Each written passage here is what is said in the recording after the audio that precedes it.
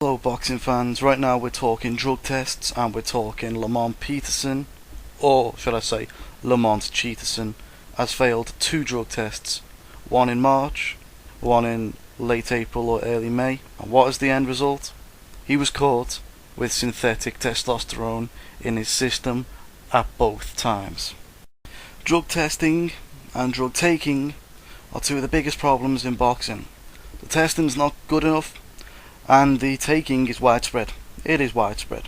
This one is for anyone who does not know what synthetic testosterone is. Synthetic testosterone is produced in a laboratory or a factory. It is a testosterone that is derived from soy, and it is not produced in the human body naturally.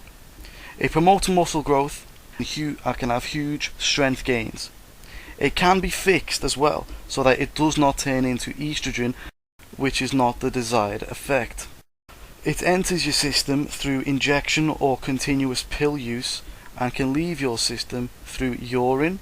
The body can naturally use it up, or more recently, some of them can dissipate themselves through your system and break themselves down. So now we all know about synthetic testosterone and its pros and how it can enter and leave your system. Do we think that Lamont Peterson has took it maybe once before? Now let's be totally honest here. Do we think that Lamont Peterson was the same boxer he was all the time in his career? No, definitely not. Let's be brutally honest, okay?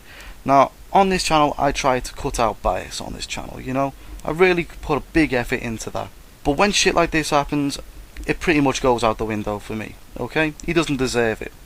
I thought he was very, very lucky to beat Amir Khan in their first match. I actually think the referee handed him the victory because, you know, the 2 points really were the difference in the whole fight, really. Now, was this guy the same guy that fought against Timothy Bradley, let's say? No, it wasn't. He was a totally different guy. Was this the same guy who fought against Victor Ortiz? No, it wasn't. Once again, he got a lucky decision there too, and it was a different guy. Right? Was this a once-in-a-lifetime fight against Amir Khan? Yes. Do people think he could have gone on and done the whole thing again? Let's be totally honest now. No. Not many people did. That's why they didn't want him to give him the rematch. Be honest, isn't that the reason?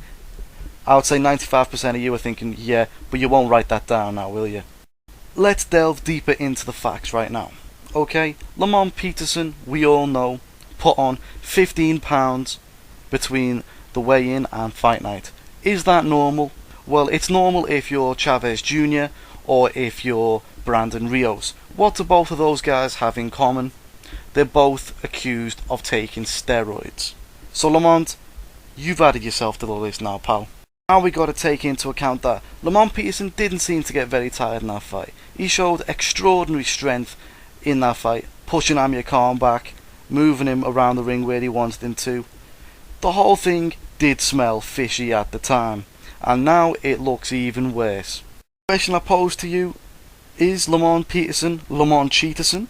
Well, it looks that way, doesn't it? It really does look that way. You're innocent until proven guilty, and now you've been proven guilty. Okay, so what happens from here?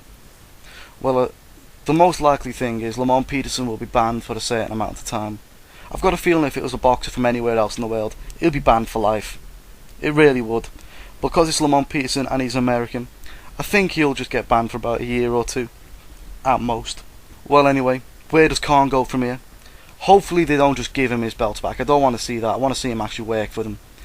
Hopefully they just get the #1 contender, or the highest ranked person in both the IBF and the WBA, and then they make him fight. They offer him the fight at point blank notice. If he says no, oh well, get whoever will take the fight at such a short notice. The other thing I would suggest is maybe still go on with the fight.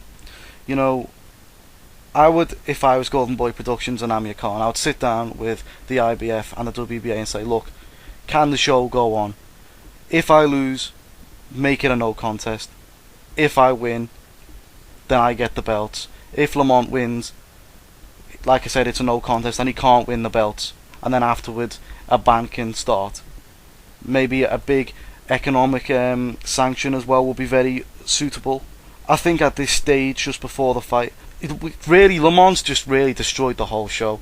You can't blame Khan for this one, you know, guys. I've got a feeling there will be a lot of people blaming Khan somewhere down the line, but really, it's all Lamont's fault for this one. It's such a disgrace.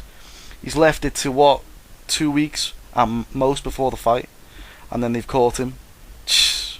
I don't really know what to say. I'm really disappointed in Lamont Peterson. I actually thought he was better than that, but really, he's just a cheat. He's just a low down, dirty cheat.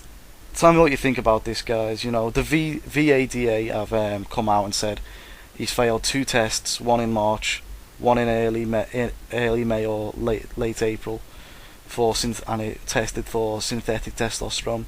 Tell me what you think about it, you know, guys. I'm really disappointed, guys. I'm really disappointed.